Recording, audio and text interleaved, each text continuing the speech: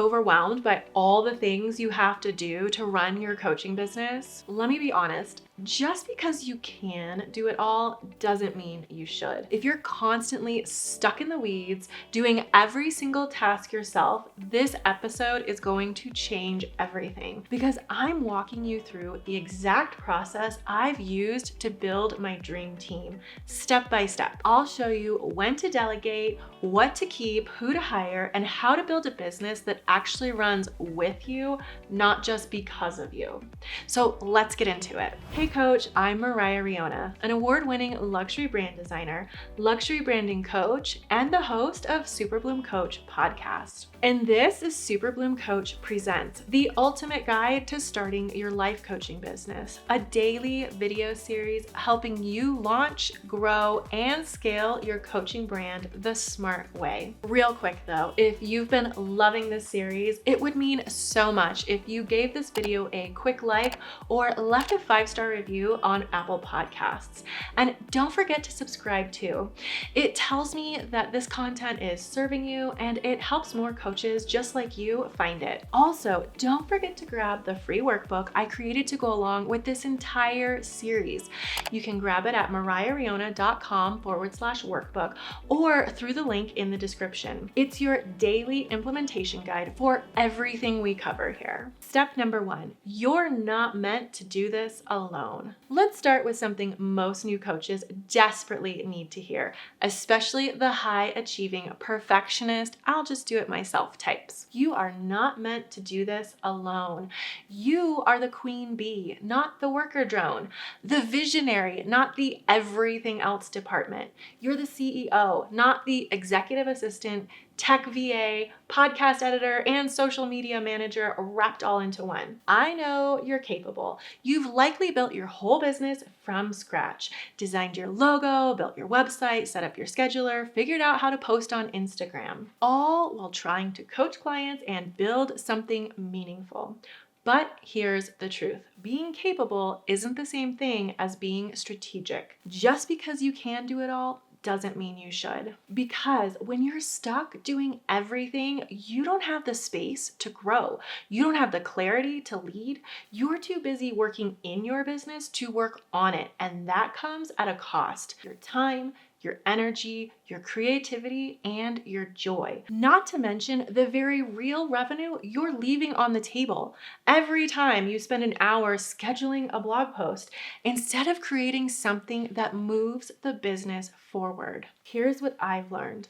The longer you wait to get support, the longer you stay stuck at your current level. Delegating isn't a luxury. It's a leadership decision. It's how you create capacity for more impact, income, and sustainability. Let's talk about how to do that strategically and confidently as you step fully into your role as CEO. Step 2, step into your role as CEO.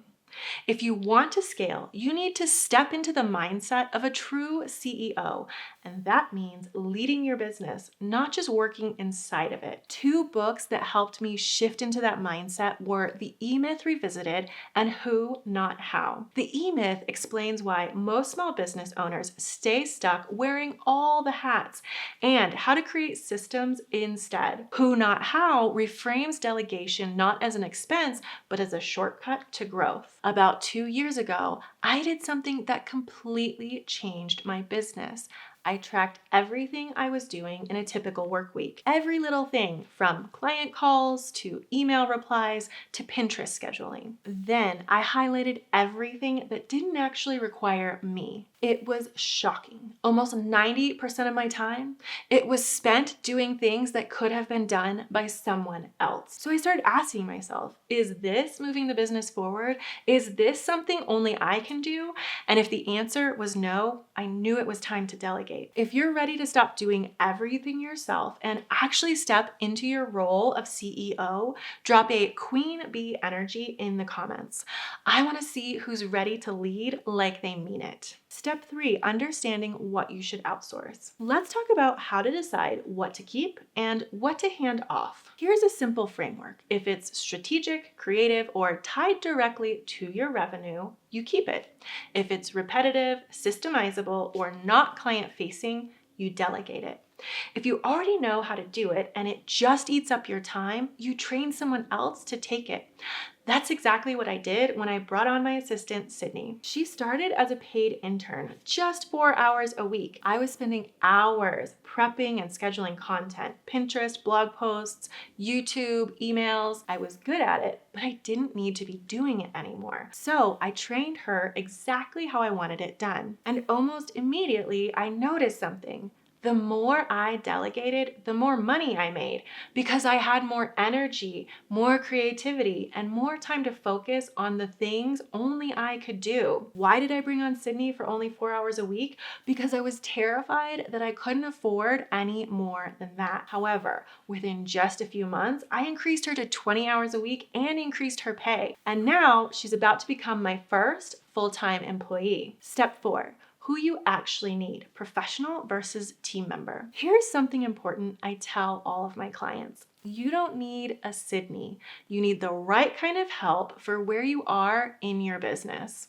Let me explain. A lot of my one-on-one clients see all the things Sydney does, running my calendar, scheduling content, managing client files, and they say, I just need a Sydney. But the truth is, they're not ready to train someone yet.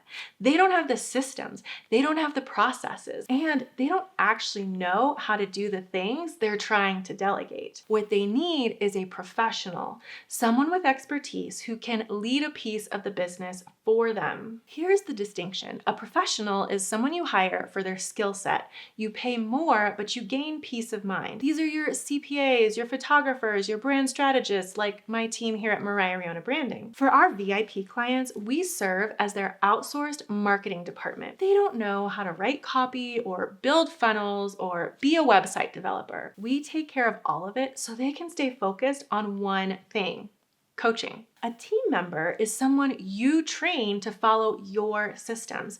They support you with tasks you already understand. That's what Sydney did for me. She helped me scale my content marketing because I already had the strategy. I just needed support with the implementation. Knowing the difference is critical. Step 5, contractor versus employee. Now, let's talk structure. There are 3 main ways to bring someone into your business. Contractors. You hire them for a specific service or project. You're not responsible for their taxes or benefits. There's more flexibility, but less control. You can't always count on their availability, and they likely have other clients. Interns or assistants. I like to call these team members. These are people you hire and train. They're great for ongoing support and repetitive tasks. You're responsible for teaching them your systems, and they typically come at a lower price point, but end up costing a lot in terms of your time. Employees. These are dedicated team members embedded in your business. They grow with you, understand your brand deeply, and offer consistency. But they come with a lot more responsibility: taxes, HR, onboarding, and long-term commitment. I started with contractors and interns, and I'm just now preparing to bring Sydney on as a full-time employee. Why? Because I finally have the infrastructure, revenue, and long-term vision to support that next level of growth. So start slow. Contractors are usually the best option when you're just starting out. Now let's talk about actually finding the right hires. Here's my golden rule. For team members, hire for personality, not skill. You can teach skills. You can't teach initiative, integrity, or care. I want people who take pride in doing a good job, even when no one's watching. For professionals, hire for skill, not personality. I don't need to be best friends with my accountant or bookkeeper. I need to trust that they're experts at what they do. When you approach hiring this way, it becomes less overwhelming. You start seeing each new team member not as an expense, but as an asset. Someone who helps you create more freedom, more revenue, and more impact. So here's your next step. Track your work hours for 1 full week. Log everything: coaching calls, emails, social media, content creation, tech issues, everything. Then go back and highlight every task that doesn't require your zone of genius. That list That's the beginning of your hiring process. In tomorrow's episode, we're talking about growth.